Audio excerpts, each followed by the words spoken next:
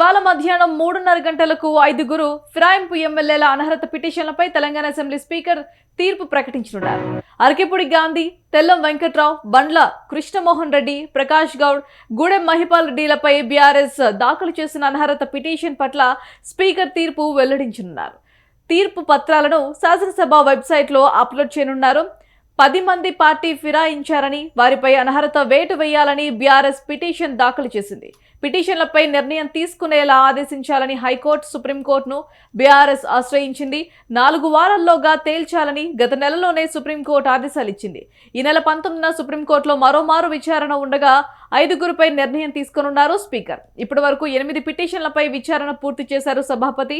మరో 2 విచారణకు రాకపోవడంతో ఆ పిటిషన్లపై ఇంకా విచారణ జరగలేదు.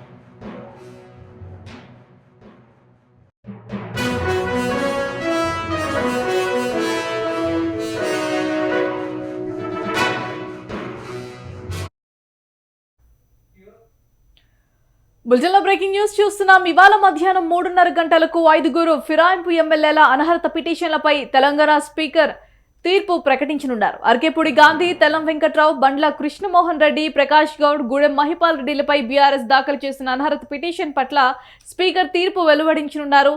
తీర్పు పత్రాలను శాసనసభ వెబ్సైట్లో అప్లోడ్ చేయనున్నారు. 10 మంది పార్టీ ఫిరాయించారని, వారిపై అనర్హత వేటు వేయాలని బీఆర్ఎస్ పిటిషన్లు దాఖలు చేసింది. పిటిషన్లపై నిర్ణయం తీసుకునేలా ఆదేశించాలని హైకోర్టు, సుప్రీంకోర్టును బీఆర్ఎస్ ఆశ్రయించింది. 4 వారాల్లోగా తేల్చాలని గత నెలలోనే సుప్రీంకోర్టు ఆదేశాలు ఇచ్చింది. అయితే ఈ నెల 19న సుప్రీంకోర్టులో మరోమారు విచారణ ఉండగా 5గురిపై నిర్ణయం తీసుకున్నారు స్పీకర్. ఇప్పటి వరకు 8 పిటిషన్లపై విచారణ పూర్తి చేశారు సభాపతి. మరో 2 విచారణకు రాకపోవడంతో ఆ పిటిషన్లపై ఇంకా విచారణ జరగలేదు.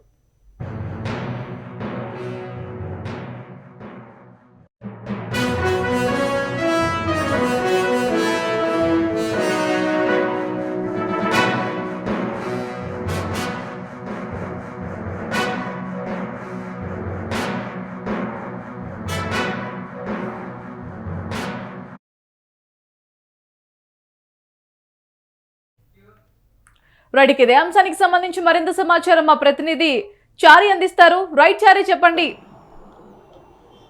Right, thank you Bharati.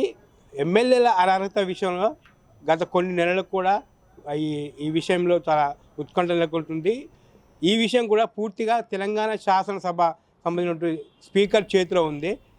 ప్రస్తుతం మొదట్లో కూడా బీఆర్ఎస్ సంబంధించినటువంటి పార్టీ ఎమ్మెల్యే కావచ్చు, అలాగే కేటీఆర్, హరీష్ రావు కావచ్చు, ఎవరైతే బీఆర్ఎస్ తరఫున పార్టీకి సంబంధించినటువంటి గుర్తుపైన గెలిచి కాంగ్రెస్కు వెళ్ళడం జరిగింది, వాళ్ళందరిపైన కూడా ఆ పార్టీ హైకోర్టుకు వెళ్ళింది.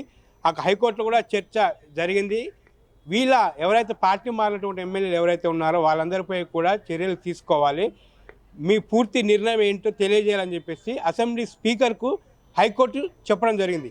కానీ హైకోర్టు చెప్పినా కూడా తెలంగాణ శాసనసభ సంబంధించిన స్పీకర్ ప్రసాద్ గారు కూడా ఆయన ఎటువంటి నిర్ణయం తీసుకోలేదు. తాత్సారం చేస్తూ లేట్ చేస్తూ రావడం వల్ల మరొకసారి హైకోర్టుకు బీఆర్ఎస్ నేతలు వెళ్ళడం జరిగింది. అక్కడ కూడా రెండవసారి కూడా స్పీకర్ నిర్ణయం తీసుకోవడంతో మూడవసారి బీఆర్ఎస్ నేతలు ఎవరైతే ఉన్నారో అప్లై చేసిన వాళ్ళు సుప్రీంకోర్టుకు వెళ్ళడం జరిగింది.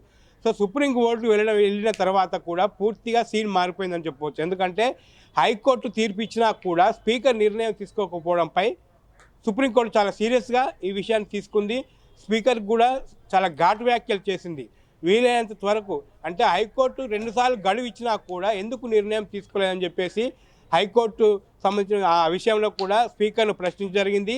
మరొకసారి ఇలా జరిగితే బాగుండదు కాబట్టి ఈసారి కంపల్సరీ నిర్ణయం తీసుకోవాలని చెప్పేసి సుప్రీంకోర్టు కూడా ఒక 4 నుంచి 8 వారాలు గడువు ఇవ్వడం జరిగింది.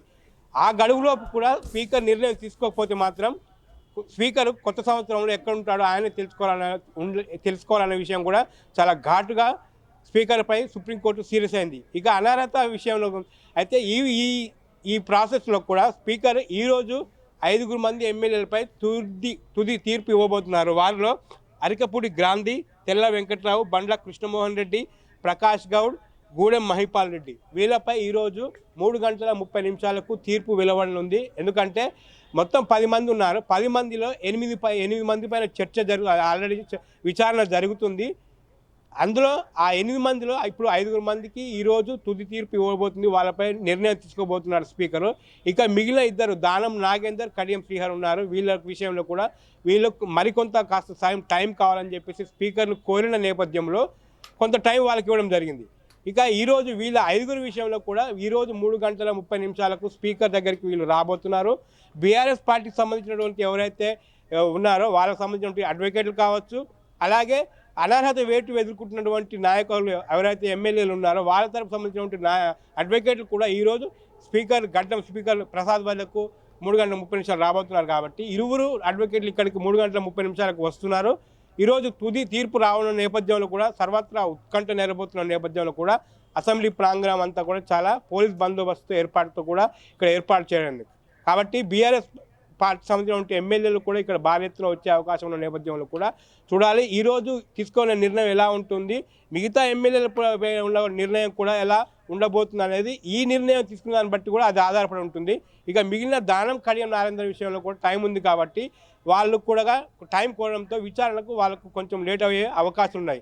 ఇక మరొక వైపు కూడా వీళ్ళిద్దరూ రాజీనామా చేయడానికి కూడా సిద్ధంగా ఉన్నారని చెప్పేసి కాంగ్రెస్ వర్గాలు చెప్తున్న నేపథ్యంలో కూడా ఇటు ఖైరతాబాద్ కావచ్చు, కడియం శ్రీహర్ చెందినటువంటి కాన్స్టిట్యున్సీలో కూడా ఉప ఎన్నికలు వచ్చే అవకాశం ఉన్న నేపథ్యంలో కూడా వారికి విచారణ గడువు పెంచడం జరిగింది.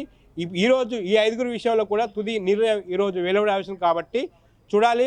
ఈ నిర్ణయం పైన మిగతా వారి ఎమ్మెల్యేల భవితవ్యం కూడా ఆధారపడి ఉంటుంది. కాబట్టి సుప్రీంకోర్టు ఇచ్చిన గడువు తేదీలోపు స్పీకర్ నిర్ణయం తీసుకోవాలి. కాబట్టి ఈరోజు ఆ నిర్ణయం వెలువడే అవకాశం ఉంది. Bharati right, thanks for the update Chari.